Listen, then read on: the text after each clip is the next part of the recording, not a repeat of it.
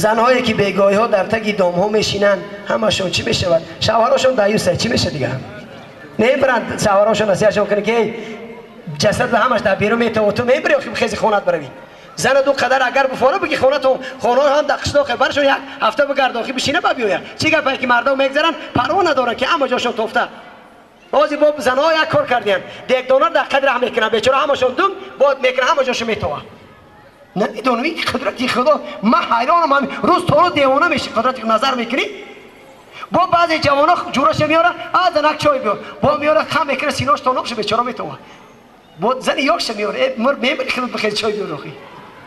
این قدرتی خدای تعلیم از قرآن دور ماندیم از حدیث دور ماندیم دیوس بیناموس میشی خداوند خوب حرام کرد عرق حرام کرد چرا در وجودش دیوسی داره کسی گوشت خوب میخوره دیوس زنش در پیشش آشنایی میکنه پروا نداره دخترش آشنایی میکنه پروا نداره دیوس میشی عرق آدم بیناموس میکنه دیوس میکنه همین که بعضی نمیفهمون بعضی با نامش معلی با نامش هم دیرکتور بیگه مست میه خونش میدره با پکا میره ها طلباش ما گناه نکنی روزی تو میبری اول خود عرق نخری این مسخرگی رو بی خودش پیان میای خونه شو طلباش میبینن با طلباش میگن این دیوانه رو بی خودش بیگه مست بوده با ما رو میگه گناه نکن. این مردم چی کار کرده شما با همین دروغی پیش میره نه خود مسخره میکنی. برای این سبب بعضی قاری محترم یگان تلاوت قرآن میکنن یگان غزل میخونن بعد دعا میکنیم.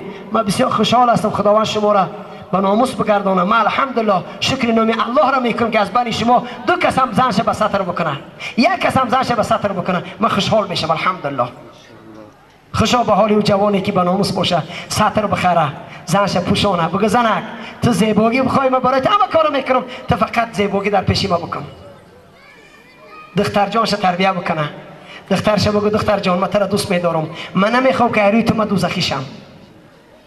جوانای عزیز باید نصیحت بکنه که مادراشون رو دوست بدارن پدراشون رو دوست بدارن.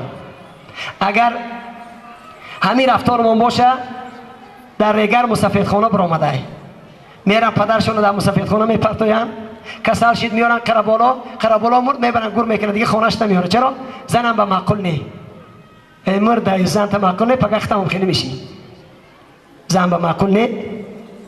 من در تلویزیون دیدم یک شکمدار بوگاسو کم در گردنش بود بعدی اومدن شو پرسی ژورنالیست که یکی بود بچه‌م بود چند بچه داره 6 بچه دارم ترا چرا جا بردن که نام به معقول نی کجاش ناموسی تاجیکی کجاش سومدارای تاجیکی کازینو میسازن یهودی ای خودی او فرد دنیا اومده تاجیکا رو کافر کردن کجاش دید پولدارای حرام خوری گیره فروشا که تاجیکا رو یاردن بکنن کجاش زکات انداز زکات بدین $800,000 $2,500 باید زکات بدی. بازی میلیاردر در تاجیکستان لو زده میلیون $25,000 میلیاردر هم هسته $250,000.